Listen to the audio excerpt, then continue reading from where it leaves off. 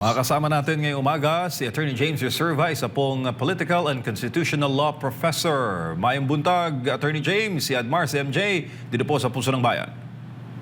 Mayang buntag, good morning Admar, good morning MJ. It's nice to be part of your program. I'm Opo. honored. Opo.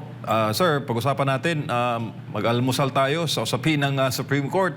Ano po ang inyong major takeaways sa naging pagdinig po kahapon and sa public perception?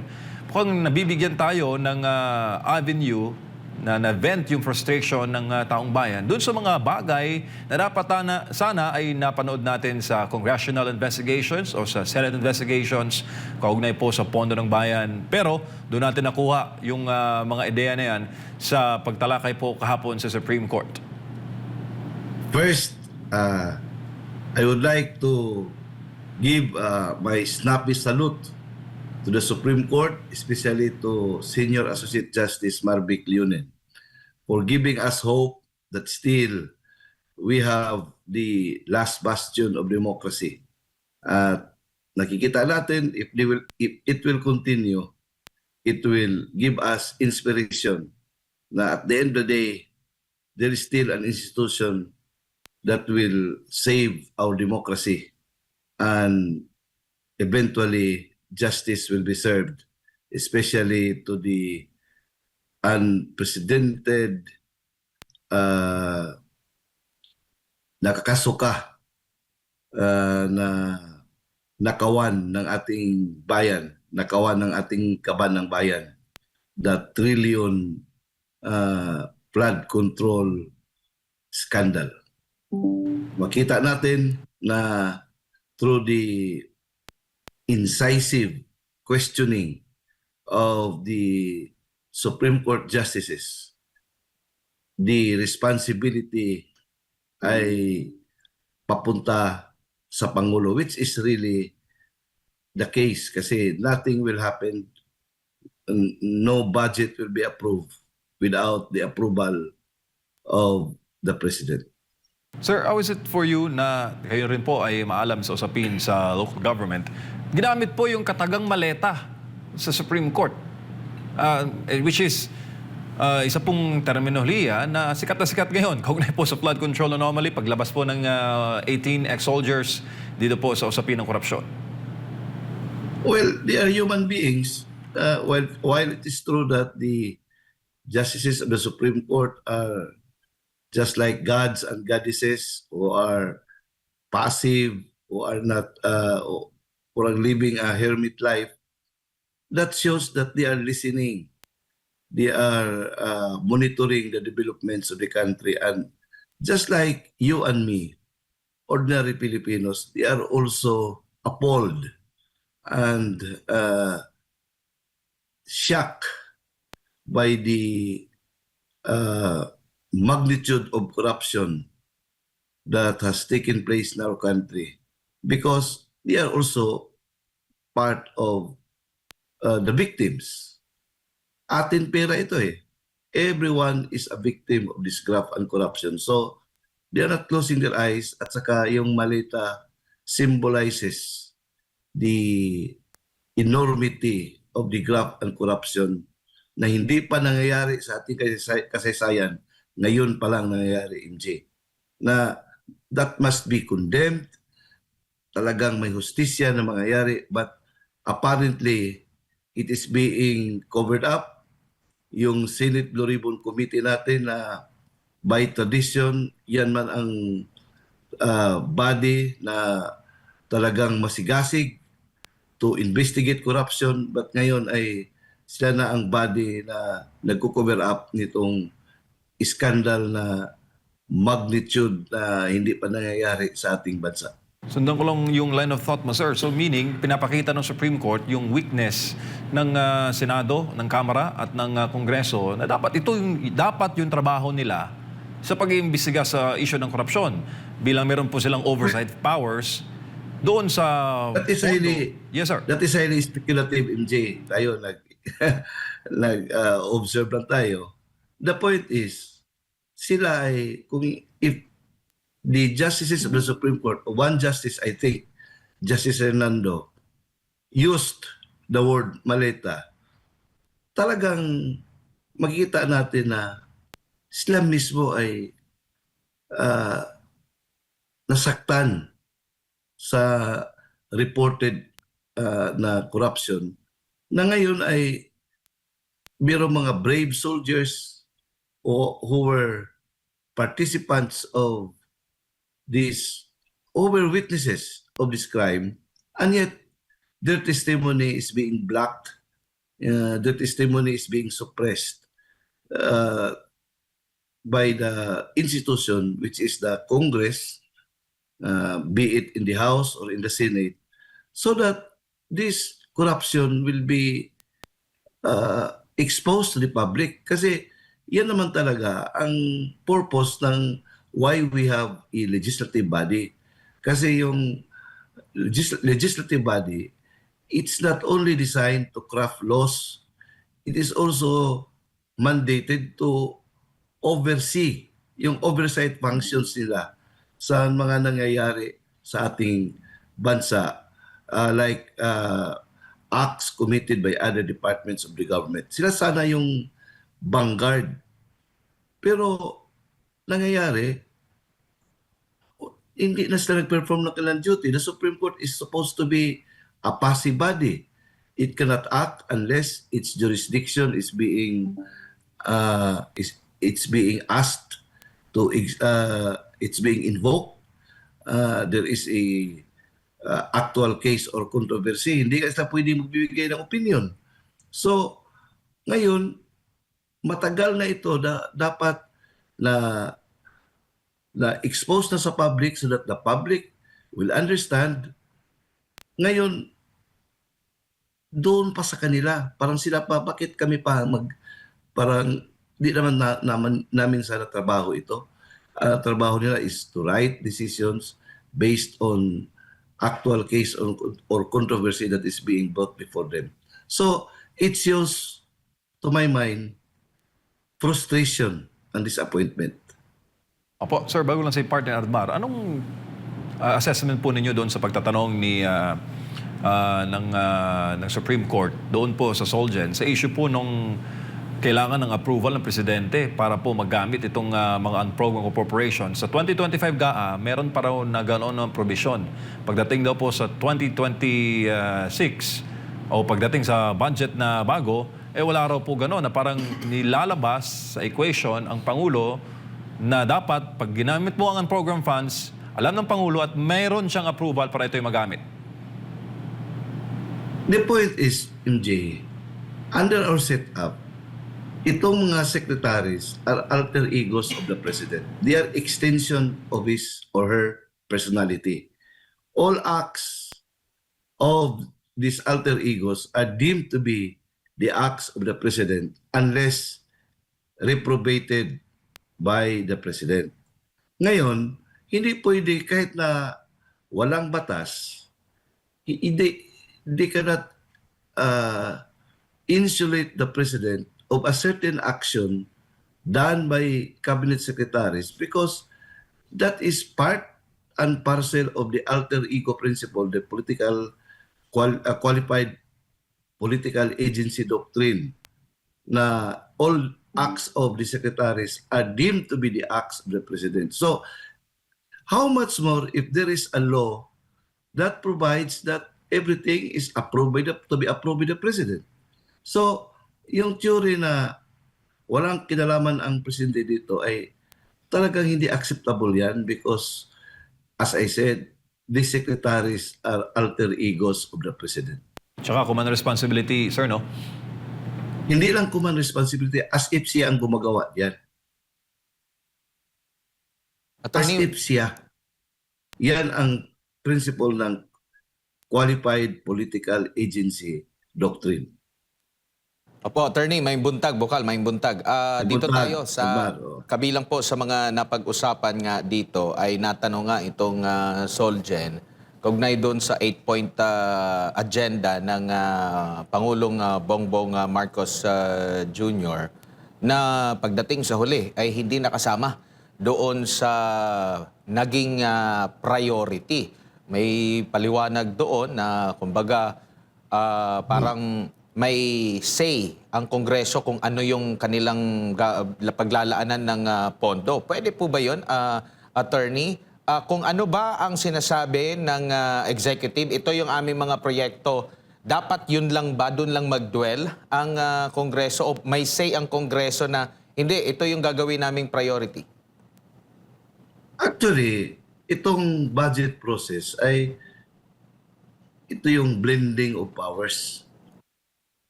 Nag-blend yung powers ng executive at saka legislative.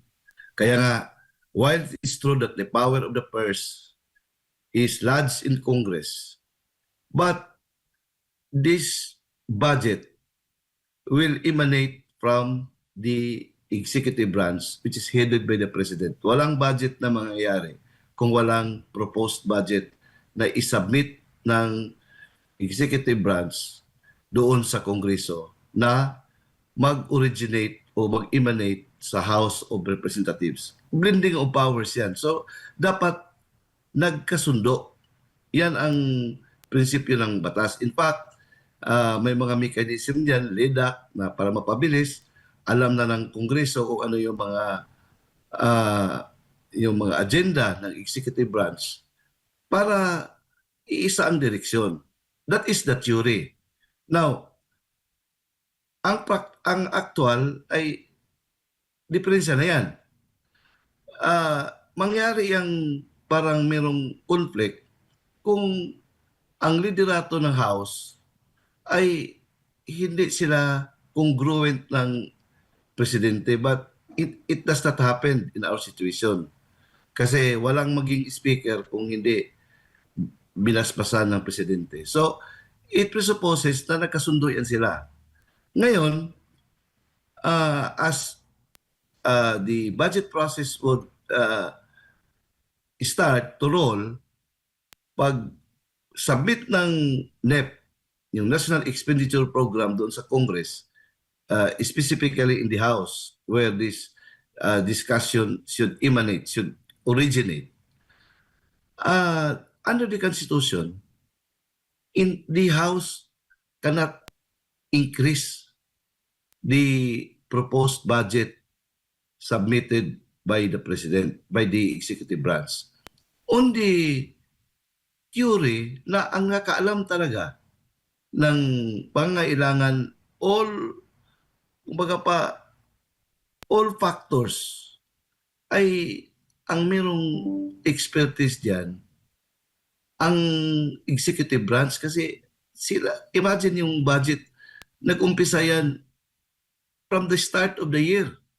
Kasi merong down the line yan, every department, merong mga proposed budget sila, isubmit yan sa kanilang region. So in other words, merong study dyan sa executive branch. Kaya binigyan niya ng parang due recognition and respect. Kasi ang congressmen, they are not expected to study yung mga economic condition ng bansa, kasi isang congressman, ilang staff lang siya. So normally, ang concern niya ay parang parokyal. Kung anong kailangan ng kanyang district, baka pwede i-incorporate doon sa National Expenditure Program, but the program itself, nandiyan yan sa office of nandiyan yan sa executive branch. Yan talaga ang theory. Ngayon, kung naiiba na ang priority doon, kung ako ang presidente, magalit ako diyan. Kasi ako man talaga, kami man ang nakaalam.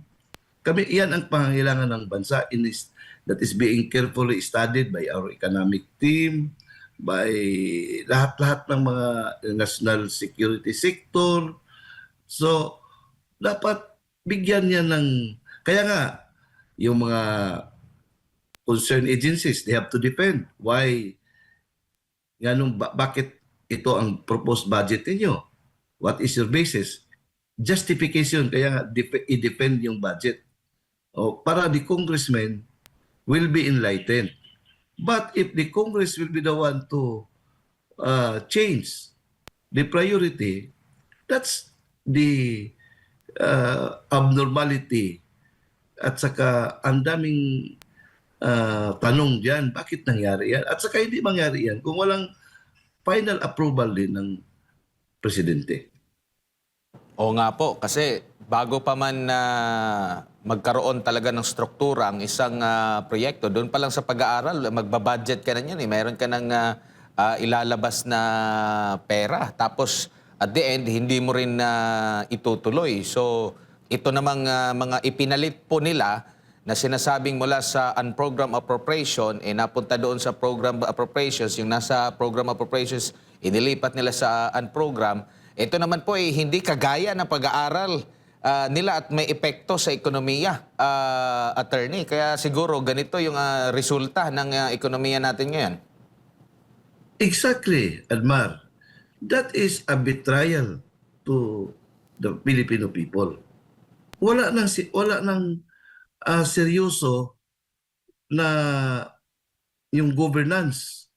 Kasi they are supposed to serve us. Pero ang nangyayari ngayon, they are mangling the budget. They are parang sa Bisaya pa, gilang gigutad-gutad ang budget. Wala sa katawan, pero tuwa silang bulsa paingon. Mauna yung nitabo. And these crimes cannot be kept hidden from the public. Tingnan mo, who exposed this? It is nature. It is God. It was God. Meron na tayong pagdududa. Meron na tayong mga reklamo. Pero talagang nag-expose dito yung bagyo na nangyayari doon sa Manila na it turns out na ang dami palang pinupunduan. And the President himself who boasted it during the State of the Nation address na meron siyang ilang thousands of flood control projects na ginawa dyan sa Manila area. Pero pagkatapos dyan, nagbaha. Yun na nag-umpisa. So, ang nangyari pala, ghost substandard.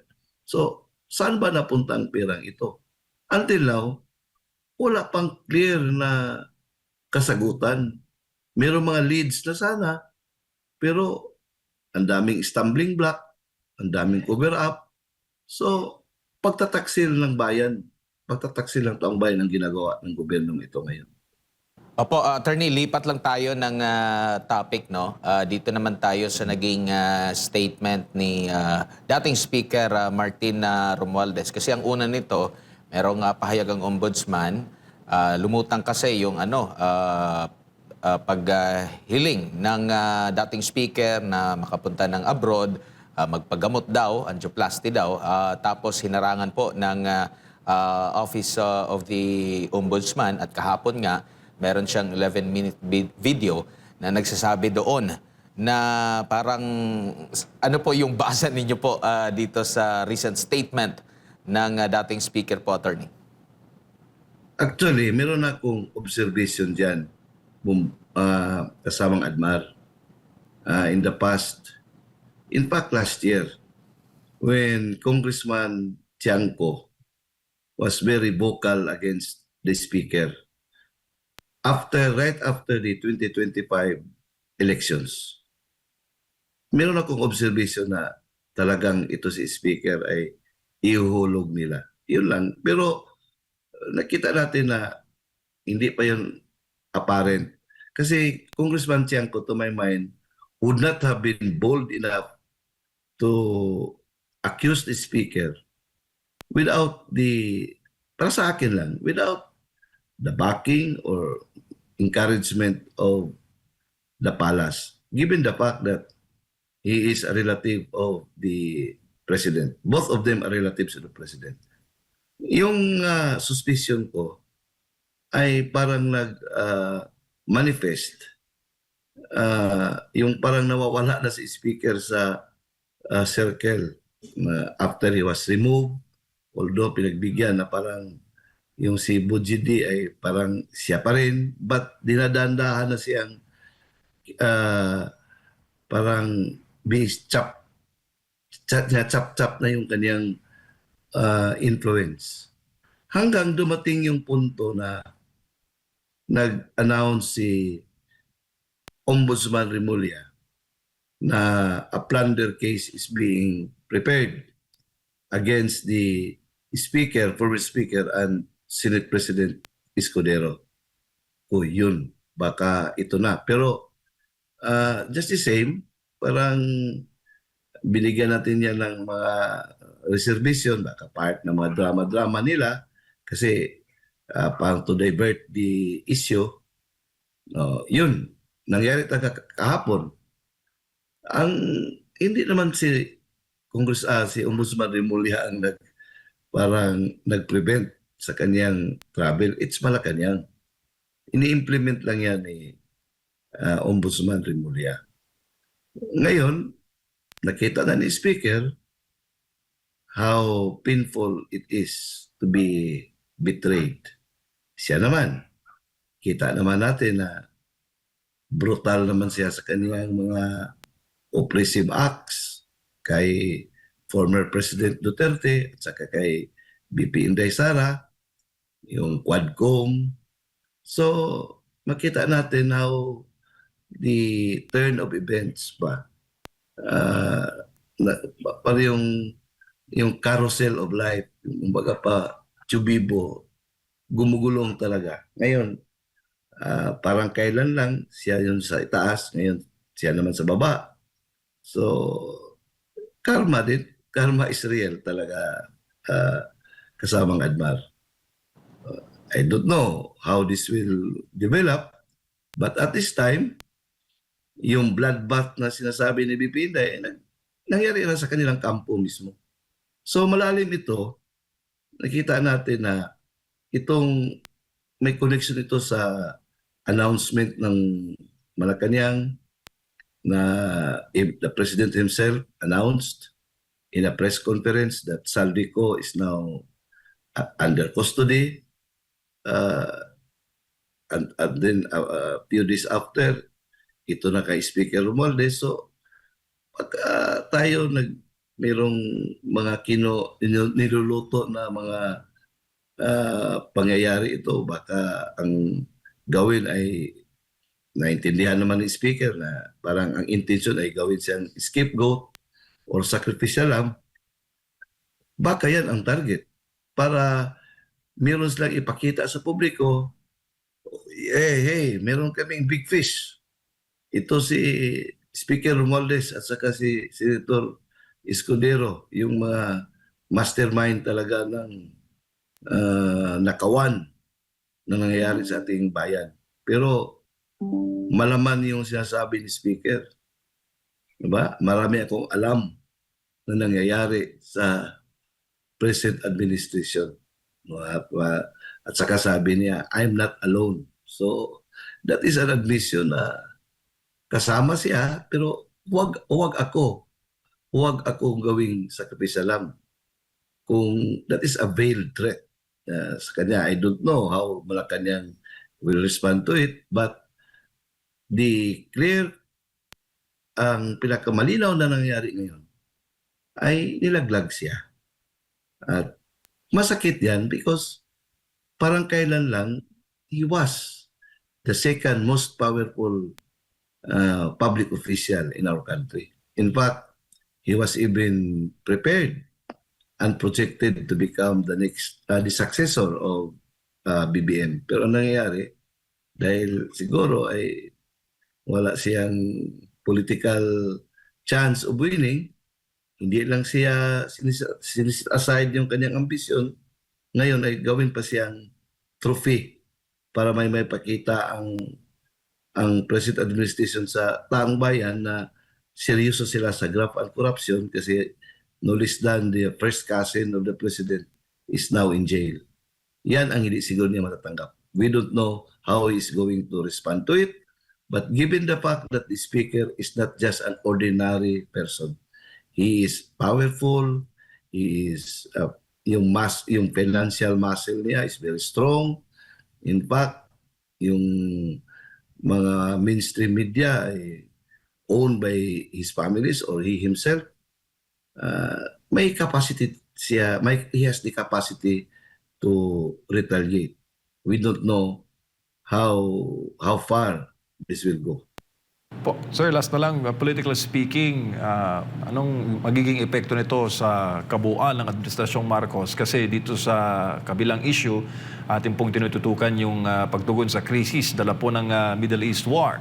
Meron pang tanong ang taong bayan sa mga issue ng korupsyon. Ito pa sa kanilang sariling political sphere, nagkakagulo. Ano po ang nakikita po ninyo na maaasahan ng Yun, taong bayan?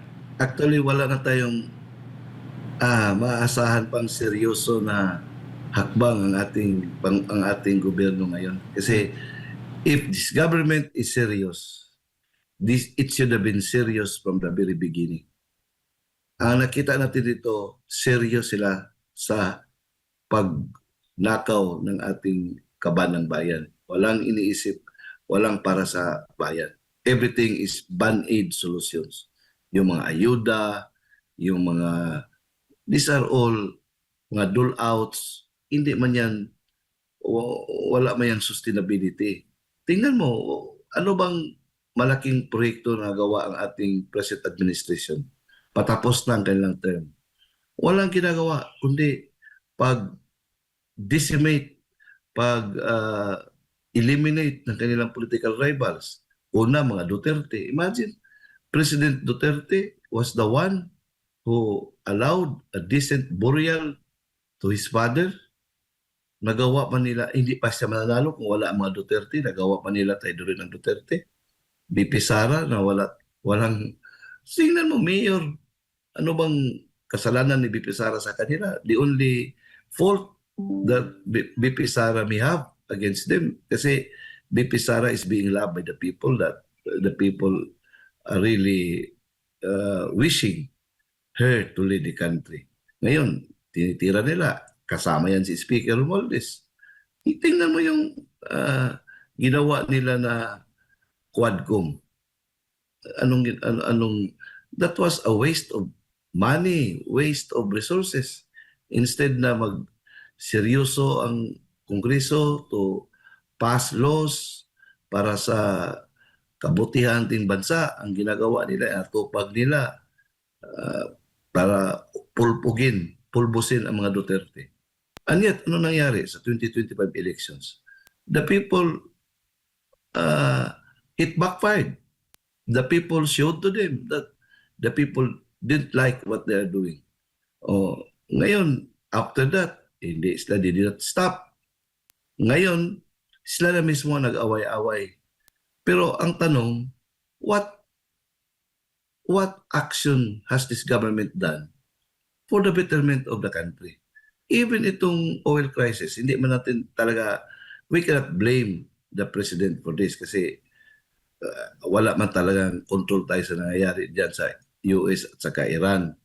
Pero kung mayroon pang preparasyon tayo dito, I think yung problema ay hindi ganito kalala. Kasi it's easy to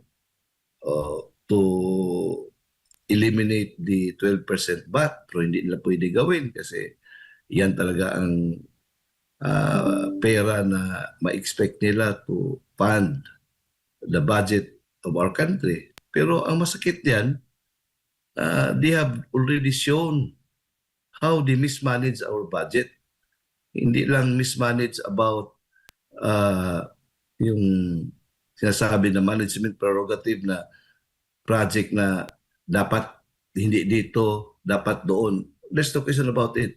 But wala talaga, pumunta talaga sa kanilang mga packets as reported out by these hindi lang 18 Marines, lahat na, Saldico was a participant. Nakita talaga natin, ang daming mga nagsasabi na mga persons in the know. At nakita talaga natin with our own, very own eyes na mga ghost projects. Imagine mo, ghost projects. Nagawa nila yan, binabayaran ng pera natin pero walang project. And okay lang sana kung isa, dalawa. Trillions. So, tanong mo kung anong nangyari ito, wala na. Palubog na palubog ito yung ginawa nila. Lalo pa itong nakapalala sa ating problema ng bansa. Itong impeachment.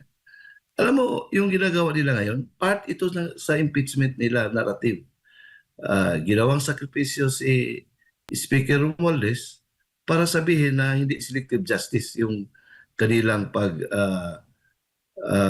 pag-demonize kay BP Sara ngayon. I hope and I pray that our petition for the Supreme Court will be granted. Kasi ngayon, ano naman ang gagawin nila? Palpak sa kanilang script kay Madriaga. Ano naman kayang gagawin nila ngayon? May mga sal-in raw, may mga unexplained wealth. That is already fishing expedition. But their purpose is really to pin down BP Sara. Ngayon, sinabay nila si Speaker Romualdez para sabihin na wala silang kinikilingan. Yung impeachment process kay BP Sara, it's all about accountability, it's all about justice. But the truth, dahil tingnan mo, even the first cousin of the president is being made to account of his supposed criminal liability. Para yan sa optics yan eh. Pero hindi yan matangkap ni Speaker kasi bakit at my expense?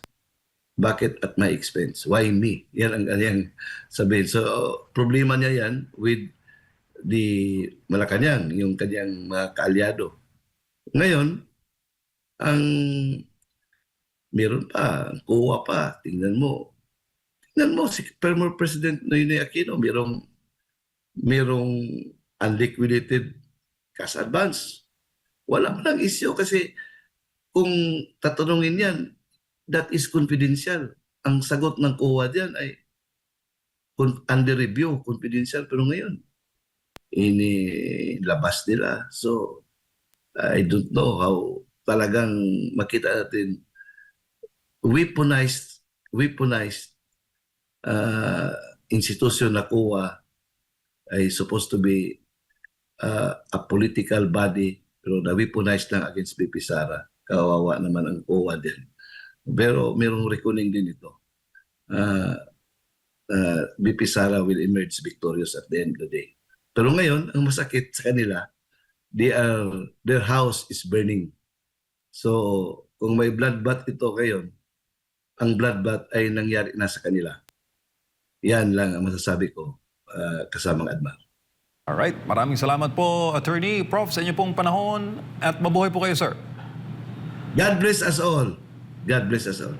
Yan po mga kababayan, si Attorney James Reserva, isa pong political and constitutional law professor